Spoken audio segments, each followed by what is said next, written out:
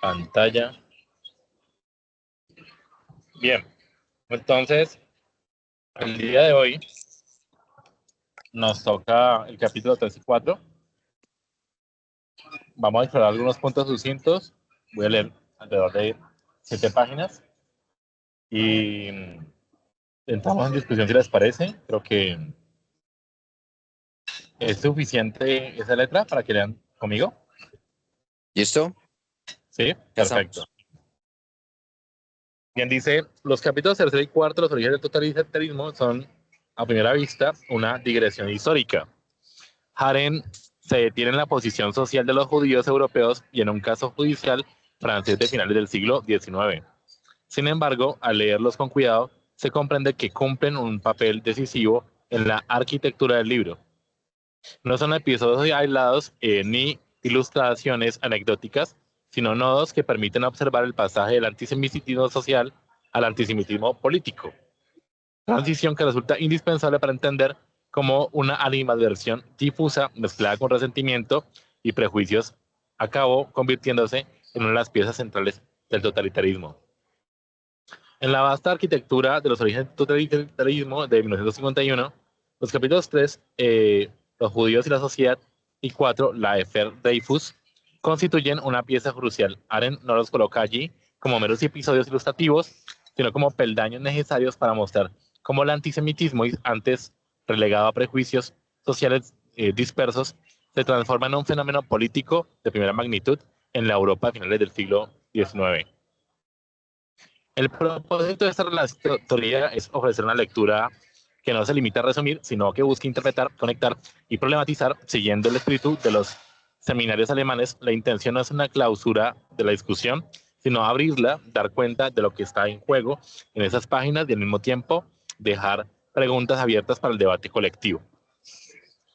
Primero, los judíos y la sociedad. Arendt comienza describiendo la inserción peculiar de los judíos en la sociedad europea moderna. No se trataba de una exclusión absoluta ni una integración plena. Los judíos emancipados tras las reformas ilustradas habían obtenido derechos formales de ciudadanía, pero seguían siendo percibidos como un cuerpo extraño.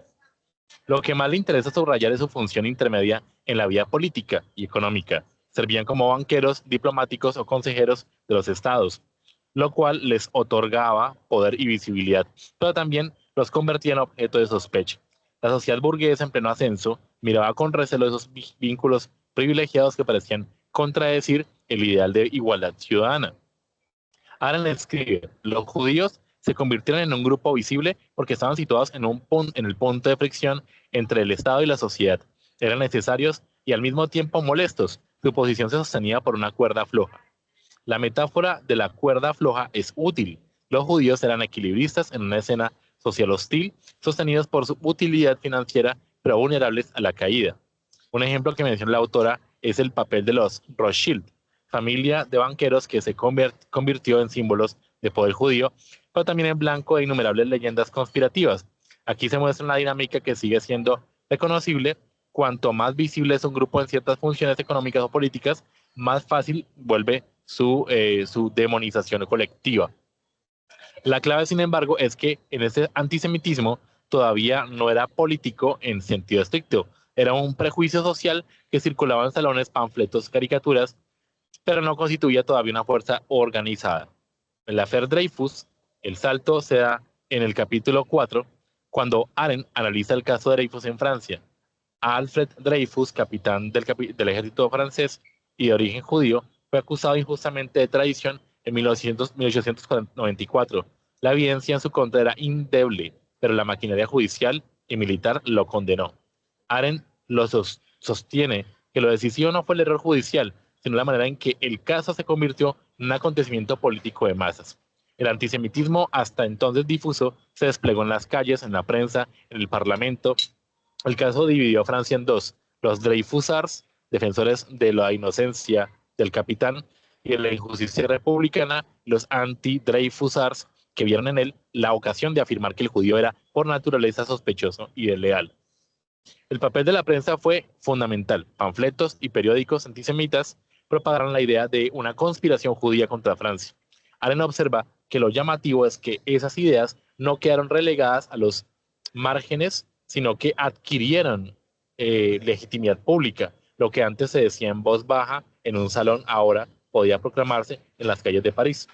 Un punto culminante lo constituye la intervención de Émile Zola, quien en 1898 publicó su célebre carta abierta Yacuso, en el periódico L'Aurore. Allí denunciaba la corrupción del proceso judicial y la manipulación del ejército. Zola arriesgó su prestigio y su libertad, fue condenado y debió exiliarse, pero encarnó la irrupción de la intelectualidad en la arena pública. La figura del intelectual comprometido, que más tarde sería un arquetipo en Europa, nace en gran medida en ese contexto. Arendt insiste en que lo crucial de la affaire no es tanto la resolución final. Dreyfus fue rehabilitado en 1906, como el hecho de que el antisemitismo emergió como una fuerza política autónoma capaz de movilizar a las masas y erosionar las bases del Estado del Derecho. 3. Interpretación de lo social a lo político. Si ponemos ambos capítulos en diálogo, lo que parece es un proceso de politización del antisemitismo. En el capítulo 3, los judíos ocupaban un lugar incómodo en la sociedad burguesa, lo cual generaba prejuicios, hostilidad, resentimiento. En el capítulo 4, sentimientos son recogidos y ampliados por movimientos políticos que los convierten en bandera pública.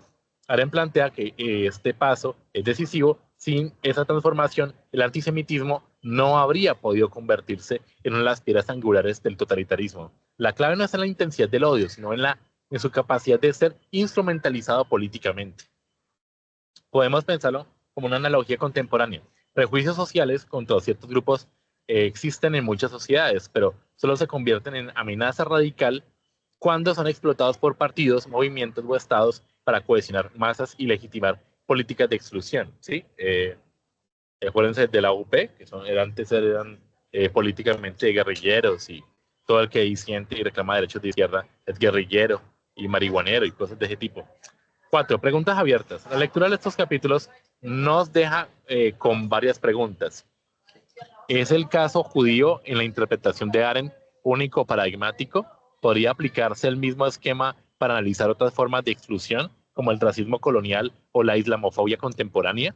¿Qué papel juega la prensa en la transformación de un prejuicio social en un movimiento político? Si el affaire Dreyfus fue impensable sin los periódicos de la época, ¿qué diría Arendt de las redes sociales actuales como catalizadores de odio? ¿En qué medida el antisemitismo que analiza Arendt es un producto de las tensiones propias de la modernidad liberal y no simplemente una herencia medieval? Conclusión, los capítulos 3 y 4, los orígenes del totalitarismo, revelan la lógica mediante los cuales el prejuicio social puede convertirse en un instrumento político. Los judíos situados en una posición ambigua en la sociedad burguesa se transforman en blanco perfecto para la movilización antisemita. El affaire Dreyfus, al politizar este odio, muestra el tránsito de lo privado a lo público y de la sospecha íntima a la consigna política. Arendt nos advierte que el totalitarismo no surge de la nada, se nutre de esas grietas sociales, de resentimientos que se vuelven ideología y de prejuicios que cuando son amplificados por la política se convierten en fuerzas devastadoras. Al leer hoy estas páginas, no solo reconstruimos el clima de finales del siglo XIX, sino que recibimos una advertencia vigente. Toda la sociedad alberga prejuicios, pero lo verdaderamente peligroso comienza cuando se politizan. Los judíos y la sociedad.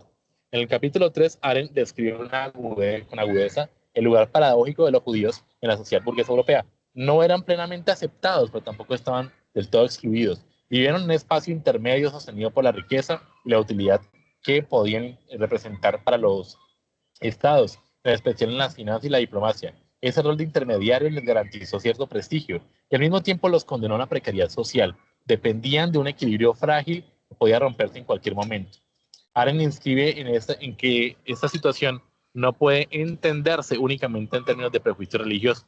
El problema radicaba en que los judíos eran percibidos como un cuerpo extraño que se movía como una soltura en las márgenes del poder, pero sin una integración real en la sociedad civil. Para decirlo con una analogía, ocupaban el lugar de un engranaje que mantiene en marcha la máquina, pero que no forma parte de la estructura central. Funcionales, imprescindibles, pero siempre sospechosos.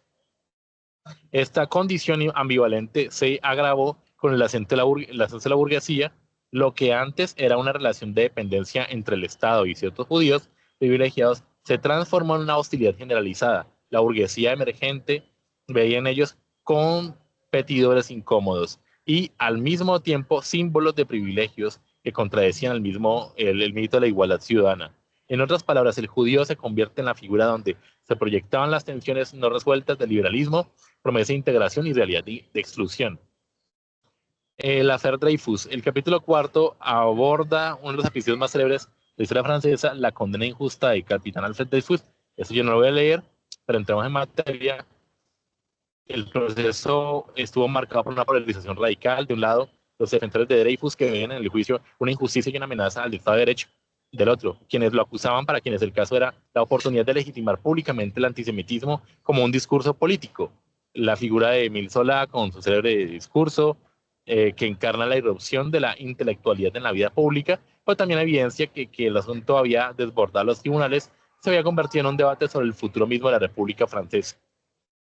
Aren subraya que lo decisivo no es la inocencia y la culpabilidad de Dreyfus, que con el tiempo se mostró de manera irrefutable, sino la manera en que el caso movilizó pasiones colectivas y sirvió de catalizador para la cristalización del antisemitismo en un movimiento político organizado.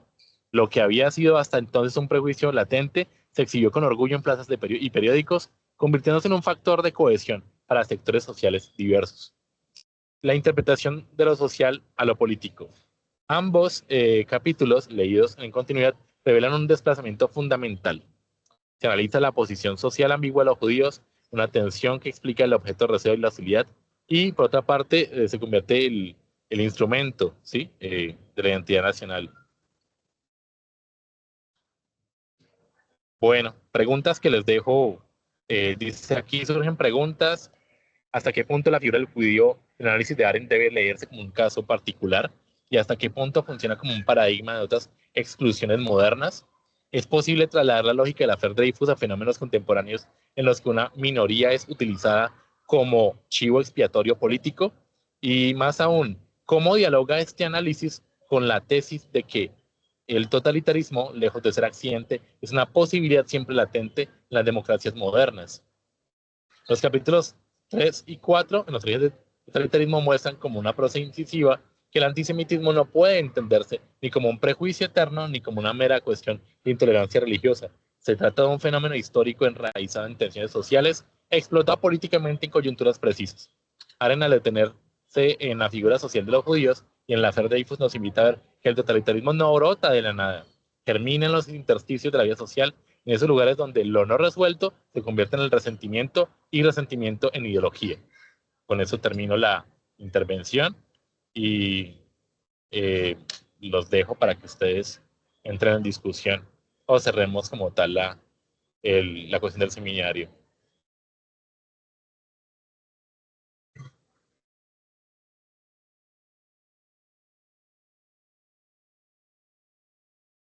Bueno, chicos, ¿qué opinan?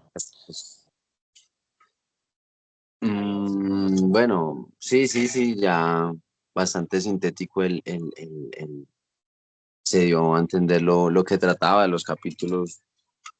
Gracias por la exposición de la postura de Aren.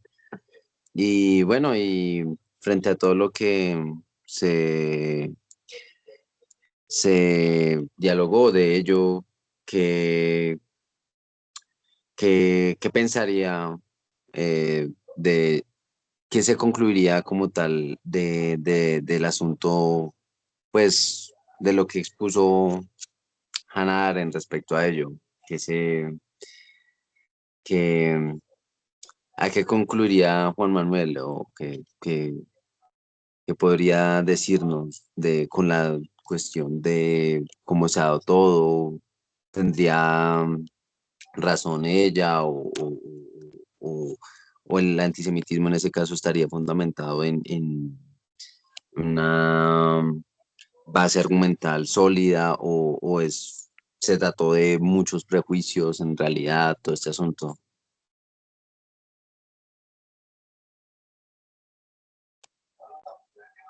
A ver, pues, más que una base sólida, los prejuicios, hay que respetar algo, decía Gadamer, Los prejuicios siempre dicen algo de la realidad y hay prejuicios que surgen precisamente por, como un juicio anterior a Sí, esta, sí, sí. a esta idea de que existen también prejuicios que surgen de autoridad, prejuicios que surgen de la constatación, como por ejemplo el hecho de que uno siga a una persona que ya tiene un valor en su experiencia, en su estado de trabajo. Entonces, no quiere decir que como tener ese prejuicio de que una persona que experimentada, algo que ya sepa manejar distintas vertientes, esté condenado porque simplemente no encuentra su fundamentación, sino solamente en la autoridad. Porque la autoridad también implica un consenso, ¿no? A que le damos autoridad de las cosas. Entonces, Sí, sí. eh, Aren separa puntualmente es en qué creencias puntuales hay y que al examinar los prejuicios, lo que se revela es que el judío siempre ha tenido una posición un poco problemática, considerando que nunca ha sido percibido como parte de la sociedad, ¿no? Entonces, son esos grupos que terminan siendo marginales, que los hacen parte de la sociedad, por ejemplo, de la posición del colombiano frente al venezolano, pero que también lo quiere mantener allí, ¿no? Nunca lo quiere integrar socialmente. Y más que entrar a decir esto está legitimado, ¿no? Es como leer el Vox Populi, qué tipo de relaciones se advierten a nivel social en un cuadro que pasa de un chismorreo a una posición política y de hacer ver que algunos prejuicios terminan por pasar de lo personal, de lo confidencial, de lo íntimo, a lo político, como un tipo de campaña, ¿no? Eh, entonces es como el proceso de qué se hace con esto que se subentiende el judío y cómo se legitiman de manera política ese tipo de posiciones, qué tipo de discursos son los que permiten hacer que el prejuicio quede asentado, como preguntaste por el destino y la identidad de Francia, que hoy en día Sí, lo sí. tenemos en una novela que se llama Sumisión, de Michel Houellebecq, en donde la gran preocupación de los franceses es que los islamistas se tomen toda Francia, ¿no? Hasta qué punto pretenden acabar con lo que es la república. Y son posiciones que incluso llaman a identidades, aprovechándose de de gran cuestionamiento. También pensar que cuando la gente votó por Milei en Argentina, la gente estaba molesta con el kirchnerismo, llama así. Entonces el totalitarismo echa mano, le importa un carajo realmente la posición política, pero echa mano del descontento social. Entonces como ir dejando un seguimiento a lo que hace, más que sea cierto lo del judío, ¿no? Es Sí, cómo sí, lo sí, sí. mentaliza, mejor dicho. Sí, sí, sí. De hecho, bueno, abordando el tema de que es curioso, pues sí, es una población, una etnia religiosa y etnia como tal, sanguínea, ¿no? Es una que en apariencia sí es excluida de la sociedad, y digo en apariencia porque pues es solo lo aparente, porque en realidad en ese proceso de victimización que posee y es tan característico de ese tipo de persona, casi que subhumana, ¿no? Entonces, ese tipo de persona, lo que es característico de ellos es que se, a través de la lástima, a través de la victimización, se les otorga unas concesiones que a otros grupos no se les concede esa forma. Entonces, ¿qué hablamos? Pese a que son excluidos, el judío técnicamente se ha difundido internacionalmente sin que realmente se le, se le, de algún modo se le cohíba sus libertades de esa manera como sucede con, pues sí, la mayoría de sujetos, ¿no? Y por otra parte, interesante, bueno, Hannah Arendt, hay que destacar, por supuesto, Hannah Arendt es una judía, ya tendrá su posición también.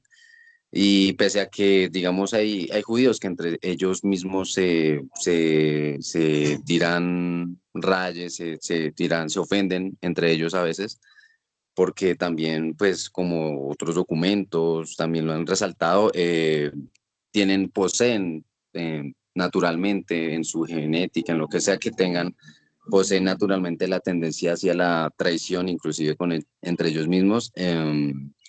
Entonces, Hannah Arendt ahí pues tendrá su posición marcada y tenderá a defenderlos en ese caso hasta cierto punto, ¿no? Lo vinculará a la cuestión un poco ya medieval, si en la Edad Media se le tenía bastante estigma a ellos, a ese grupo de personas, y ya la cuestión ya en el siglo XX, ya más reciente, donde todo empieza a desbordarse más. Es interesante que ya haya destacado la cuestión de los Rothschild y que, bueno, haya dado a una cuestión de teorías conspirativas o cosas así que al final, pues, sí tienen su fundamento en el apoyo y, bueno, ese es un tema ya más avanzado, más complejo pero supongo que no es un secreto, no es una cuestión de que las grandes potencias, los grandes poderes materiales, que más que todo manejan tanto el capital, la industria, todo ese asunto, proviene más que todo de fuentes judías, ¿no? Los Rothschild, los Rockefeller, en algún punto sus descendientes, inclusive, bueno,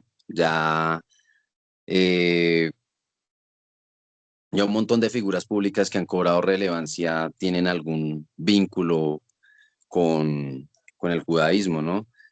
Y bueno, entonces ya su punto culminante ya lo alcanza en la Segunda Guerra Mundial, cuando pues ya, ya se adquiere, si ellos van escalando jerarquía, poder, ya como se lo mencionó, llegan a la burguesía, todo esto, y al final ya se decide de alguna manera erradicar el problema, devolverle a cada quien lo que le corresponde, y, por supuesto, eliminar la usura, ¿no? Eliminar la usura de un país, por ejemplo, es, es expulsarla del lugar y, y bueno, entonces siguen más cosas, pero no sé si alguien más quiere intervenir y ahí continúo, como eso terminamos. Sí, es que es complejo. Mm, a ver, Henry. Bueno, redondeando un poco lo que decís, es importante mencionar cómo el totalitarismo echa mano de la insatisfacción del discurso como insatisfacción total. Por ejemplo, la cuestión de los judíos. Estado de Israel no significa todos los Sí, judíos, y la cuestión de cómo defienden su causa frente a la Franja de Gaza. Como has visto TikToks de gente que imita a los gazatíes siendo bombardeados y lo divertido que es que se mueran de hambre o que se parquean a ver y a comer técnicamente en las montañas viendo cómo caen las bombas, pues. ah, Entonces, de algún modo, cuando intentan defenderse respecto a su posición religiosa, justificando de algún modo ese genocidio, ¿no? De de matar hecho, gente de hambre. Uh-huh. Y eh, se escudan aspectos que son su posición y lo politizan para hacerse blindarse en algún modo. Dale, mm, Wilder. sí, continúo. Bueno, de hecho hay un montón de documentos censurados, uno que ya está público, pues que se encuentra fácil en internet y en bibliotecas y que pues la oficialidad de la cultura, como también usted mencionaba que decía Foucault, cuando algo es de cultura, fijo, hay algo detrás. Entonces, ese documento es los protocolos de los sabios de Sion y la cultura, el pensamiento dominante de las masas, pues ya eh, casi que sin valor técnicamente. Eh, el pensamiento dominante de ellos apunta a que esos documentos son falsos y esto es un libro por ahí, pero en ese libro se constata básicamente muchos, casi que es una predicción de lo que el judío busca para con el resto de la humanidad y en sí en esos documentos se destaca que el judío es bastante misántropo y no ve al ser humano como un ser despreciable. De hecho, en el Talmud mismo, en las bases fundamentales de la teología teocrática del judaísmo, rabínico, por supuesto, se establece que todo el que no sea un judío es un goyim, por ende es un animal con forma humana que para lo único que sirve es pues para esclavizarlo. Ese es, o sea, esos son palabras técnicamente que salen de las propias escrituras sagradas de ellos. Y el hecho de que ahorita se esté dando todo eso en Gaza, bueno, y en un montón de cosas, porque ahora también con lo que usted mencionó, Milei y todo ello les va a entregar la Patagonia tras el hecho. Todo ello han conseguido también a punta de victimizarse y removiendo el corazón de las personas que se dejan conmover pues por esas trivialidades sin fundamento, sin sentido, nada de ese asunto. Y por otra parte, todo eso que, ¿cómo iba? Todo lo que se muestra en Gaza y en algunas otras partes del mundo, bueno, en sí el capital, los banqueros, todo eso, ahí ya es una simple manifestación de lo que ya se había de alguna manera escrito, datado, registrado hace años y que pues al final al cabo la censura terminó por desvirtuar, desvalorar ese tipo de declaraciones y pues sí, entonces eh, la manera en que suelen operar, pues sí, ya es aparte de conmover a las personas, eso en un pasado, ahorita pues, es difícil que alguien se conmueva a Israel, ¿no? Pero en el pasado era a través de esa maquinaria, a través de conmover a las personas, dar lástima, todo esto, pero al final se mostraba que los resultados, lo que ellos conseguían eran muy distintos. De hecho, el judío sí opera de tal forma que le busca robar la identidad a las demás tradiciones. Basta con ver cómo llegó Colón y pese a que él pues exteriormente practicaba el catolicismo, no el cristianismo católico, internamente se sabe que él era judío y que trajo un montón de, de judíos también, 300.000, algo así la cifra exacta, y vino a impurificar la sangre nativa americana. Y es la manera que operan ellos, antiguamente, robarle la identidad a un territorio y luego esto. Entonces, pues sí, en ese sentido, pues el antisemitismo a veces puede tornarse sin fundamentado si no se tiene las bases, pero si se poseen las bases argumentales, las cuestiones serias y todo ello, siento que se atan los cabos suficientes y ya no, en algunos casos concretos, específicamente en la Alemania del siglo XX, nacionalsocialista, ahí ya se estaría hablando de que no de un totalitarismo como tal, sino de un ver la realidad, un desvelamiento, diría Heidegger, que de un desocultamiento de una aletheia que al final al cabo se ha tratado de mantener, de mantener oculta.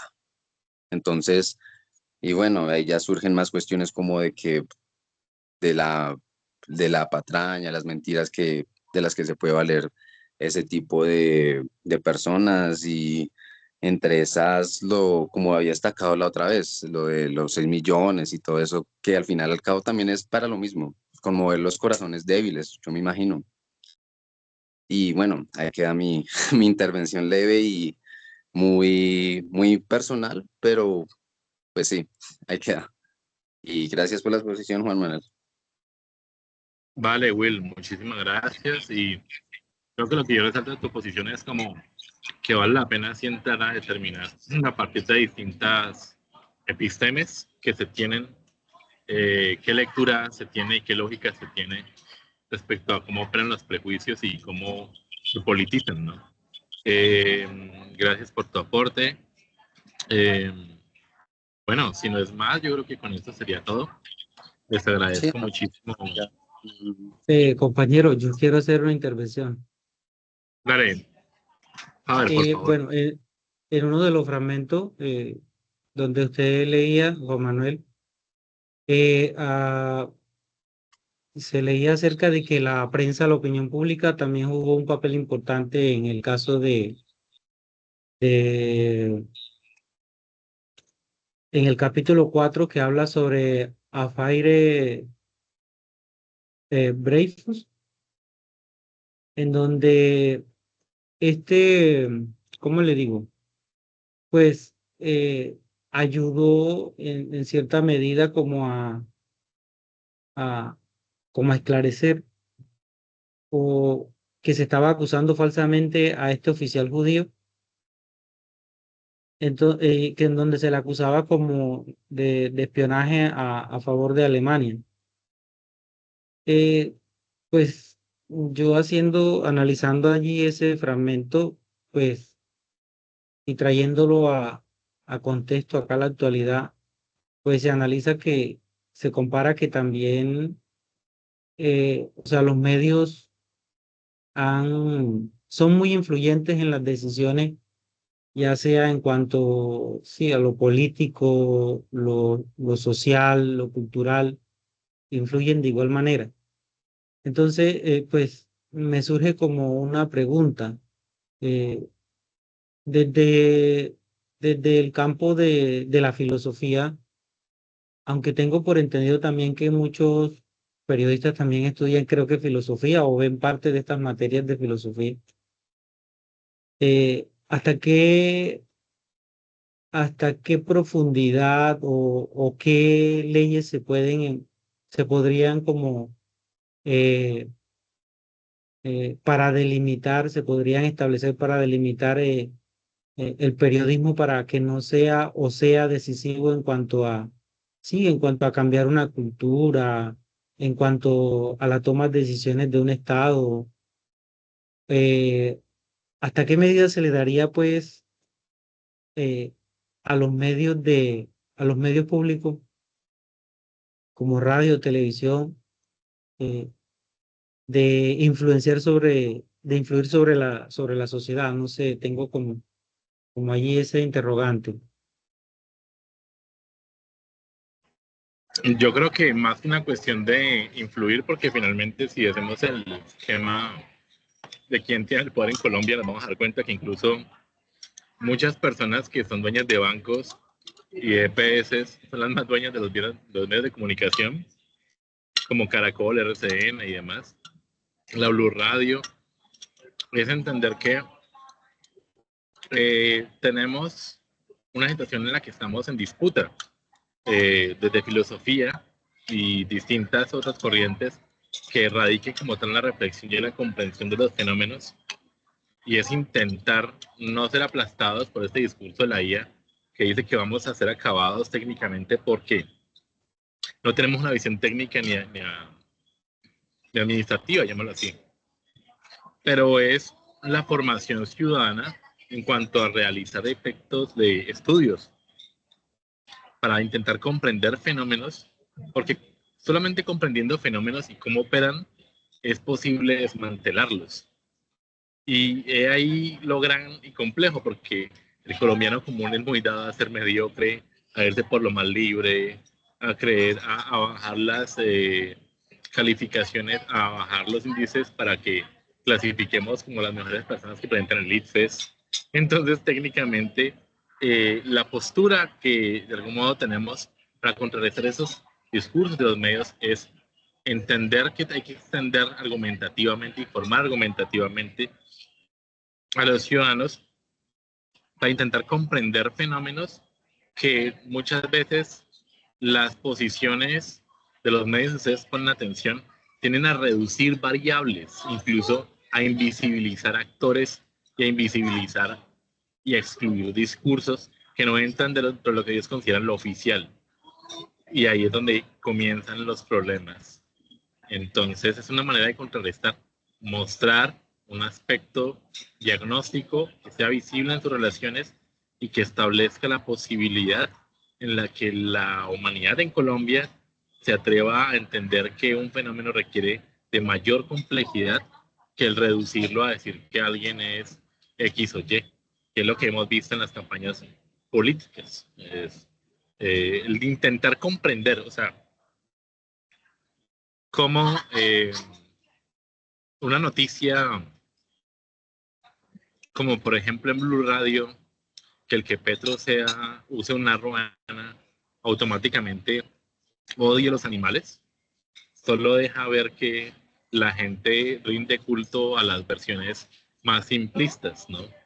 Es lastimosamente, toca formar ciudadanía.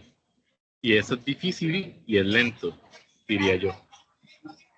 Sí, es Dale. correcto. Entonces, yo digo, como como en cierta medida ya la opinión pública ha cogido poder, porque se puede decir que es poder lo que ha tomado y lo que ellos, y las decisiones que ellos toman y presentan en los medios de comunicación y hablan por los micrófonos, eso influye en la toma de decisiones sobre la población como tal.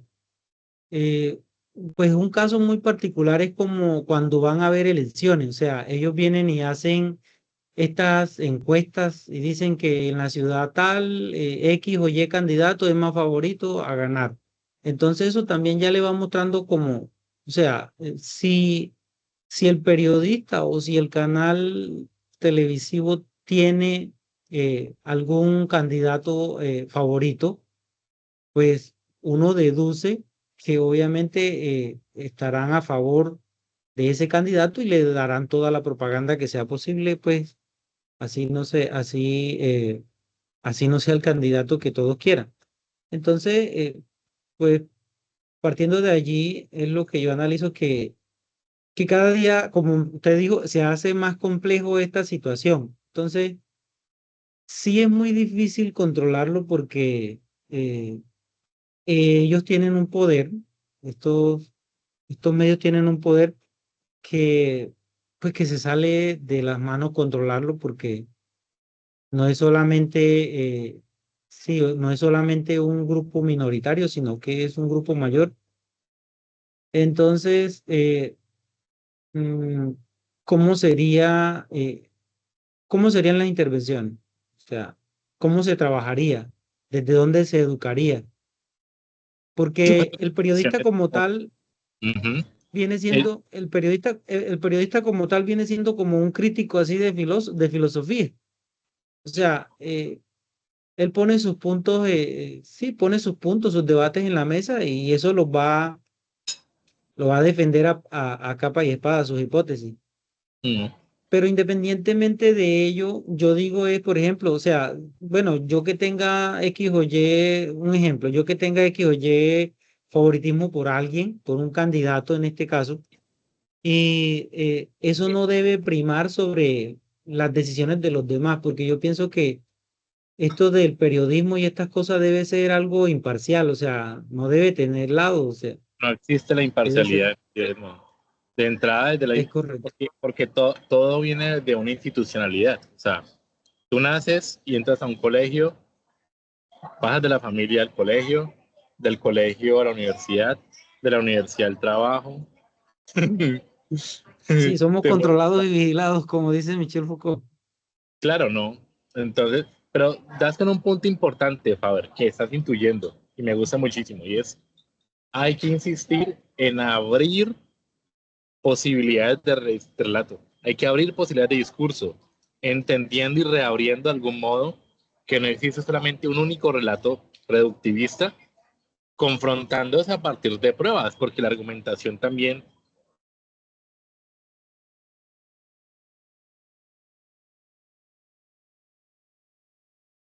la filosofía aporta esa cuestiones.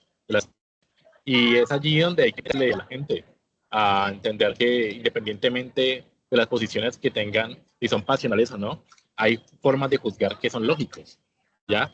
Y es allí donde como filósofos cuestionamos a los comunicadores sociales que muchas veces caen en contradicciones. Y es intentar contradecir su propio discurso.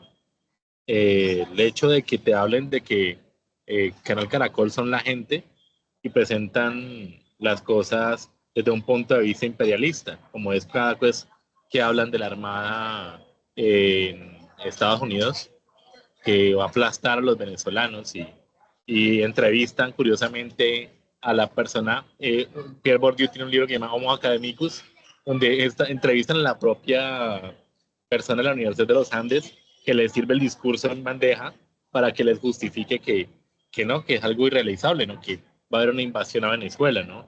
Y lo vetan como una situación benéfica de reapropiarse de recursos que no son legítimos. Y la gente no ve de fondo las cosas. Cosas como, por ejemplo, que decían criticar a Petro por ser Petro, en vez de entender que están perdiendo territorio y que hay una población que está perdiendo capacidad de pescar. O sea, es la cuestión de abrir, al estilo Peter Singer, las posibilidades éticas, de entender que lo ético no solamente es mi familia y yo, sino todo lo demás. Y la filosofía sí cumple con eso, el preguntar por qué deberíamos preguntarnos, qué deberíamos entender, qué fenómenos deberían importarnos y cómo no se reduce un fenómeno a lo que la gente dice, que es técnicamente el mito del progreso, ¿no? De lo bueno, de lo imperialista. De pronto cuando ustedes lean Filosofía de la Liberación, se van a dar cuenta que de pronto toda intervención está justificada con algún concepto de la Revolución Francesa, ¿no? Entonces invadimos Brasil porque queremos armar la libertad y entonces invaden Afganistán y lo dejan vuelto nada por la libertad. Entonces ahí es donde entra el filósofo, ¿sí? A cuestionar qué plantea Bachelard, la ilusión de lo real, la ilusión de hasta qué punto lo que vemos en la pantalla nos lo creemos como si fuera la propia realidad como tal. Sí, el hecho de que ya no cuestionemos, hoy en día nos cuestionamos qué es la IA, ¿no? Si la IA establece qué es lo real y qué no, ¿no? Y tienen que estar autenticando imágenes y videos. Entonces entender, la filosofía nos sirve para entender que el poder moldea realidades y moldea discursos. Y eso no lo hace un comunicador. Un comunicador da textos informativos, no argumentativos. No entra en contradicción con la tradición filosófica. Un comunicador se dedica a informar lo que hay, contar hechos, y desde los hechos que está narrando siempre hay una perspectiva que se analiza incluso en la narrativa, en la forma de explicar y argumentar y escribir. Buscan palabras sencillas que no requieran mayor interpretación de 10 segundos. Y los propios encabezados ya tienen una posición política. Eh, y es allí donde, a ver más, lo que entra a problematizar esa cuestión y establece que el tercer poder, que es el pueblo, que es la prensa, debería comenzar a cuestionar. Pero pues el tercer poder está al servicio de empresas y que hoy en día no se nos haga extraño que las cuestiones íntimas se hagan políticas. El que Petro salga con un trans en Panamá es una cuestión política, ¿sí? Y lo hacen en contra del candidato. Pero más que defender o ir en contra o ir a favor, es, por ejemplo, lo que tú decías, Faber, cada que hay elecciones se les olvida que las ciencias sociales no son importantes, porque ahora sí saben que es un comunista, saben de guerra, saben de estrategia militar, mejor se han leído todos los manuales de Clausewitz, del arte de la guerra, y se tragan ese discurso, y lo que hay simplemente es una posición defendida que reproduce las estructuras de desigualdad social. Y eso no lo ven desde el punto de vista del enunciado del comunicador social. Pero me gustaría que trabajaras en eso, Faber, porque eh, solo con la filosofía es posible llegar a plantear qué estructuras subyacentes hay como tal que no se dejan ver y que sí están operando. Ok, gracias compañero. Bueno, Henry y Will, siendo este el final, son las 8 en punto, y les agradezco muchísimo su presencia y les deseo una feliz noche. Nos vemos dentro de 8 días con otro texto de Aren y excelente noche. Listo, muchas gracias, Por Juan. favor, lean y Bueno, cuestionen, muy incluso bien, Aren, uno también puede. gracias. Perfecto, Will. Pronto Chao, podría Henry. agregar algo, no sé. Chao, Fabio. Ah, bueno. Bueno, Dale, Henry, por favor, Henry. no, como complementar lo último que tú señalaste muy brevemente, pues finalmente todo el tema de los medios de comunicación y bueno, todo lo mediático está unido, digamos, al poder, porque termina legitimando pues el poder, digamos, para plantear nuevas estructuras y nuevas, bueno, no nuevas, sino movilizar siempre a la población civil, digamos, a la conveniencia del poder.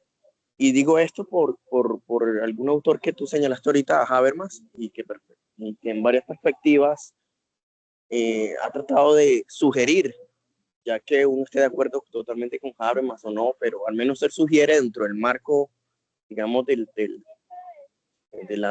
Estado Social de Derecho, y que es posible cuestionar estas estructuras sí y solo si la población civil o digamos el ciudadano, digamos, pueda tener estar mejor informado. Y ahí es donde está la dicotomía, ¿cierto? Un poco de que siempre nos estamos retroalimentando de los medios de comunicación y que están reforzando nuestros sesgos, nuestros esquemas ideológicos que muchas personas pues, no tienen presente, es decir, no cuestionan, pero hay que ir más allá de eso. Y ahí es donde entra el papel de la filosofía, a cuestionar esas estructuras y a sentar las bases de un pensamiento crítico, pero que es complejo porque la realidad social tiende a ser conservadora. Entonces, eso es una cuestión que desde Arendt y de Habermas se pueden plantear y se pueden cuestionar críticamente con base a tener acceso a la calidad de la información. Bien, esa era. Muchas gracias, profe Henry. El profe Henry ha manejado cursos sobre, de algún modo, políticos, sobre la necropolítica también, y hasta qué punto, de algún modo, en esos estados de excepción, claudican todas las instituciones democráticas, curiosamente, y le roban como ese poder a la institucionalidad para hacerse valer de cualquier ley, ¿no? De cualquier arbitrariedad. Entonces, queda en el tintero.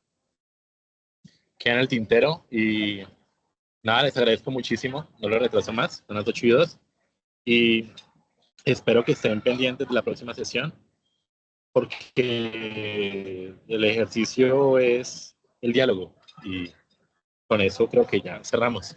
Que tengan un feliz descanso. Sí, compañero, Dale, le pregunto, ¿qué capítulo sigue? quedamos en el 4, sigue el 5. Así va. ¿Solamente el 5? No, estamos leyendo de 2 capítulos, 5 y 6. 5 y Así 6. estamos. 5 y 6. Y con eso ya, muchísimas Ok. gracias. Muchísimas gracias, Juan Bueno, Manuel, a Henry, a Faber, también acá la asistencia, la participación y muy buena noche y feliz fin de semana. Eso, feliz bueno, fin de semana. compañero. Feliz fin Noche, de semana a Wilter. todos. Buenas noches. Buenas noches.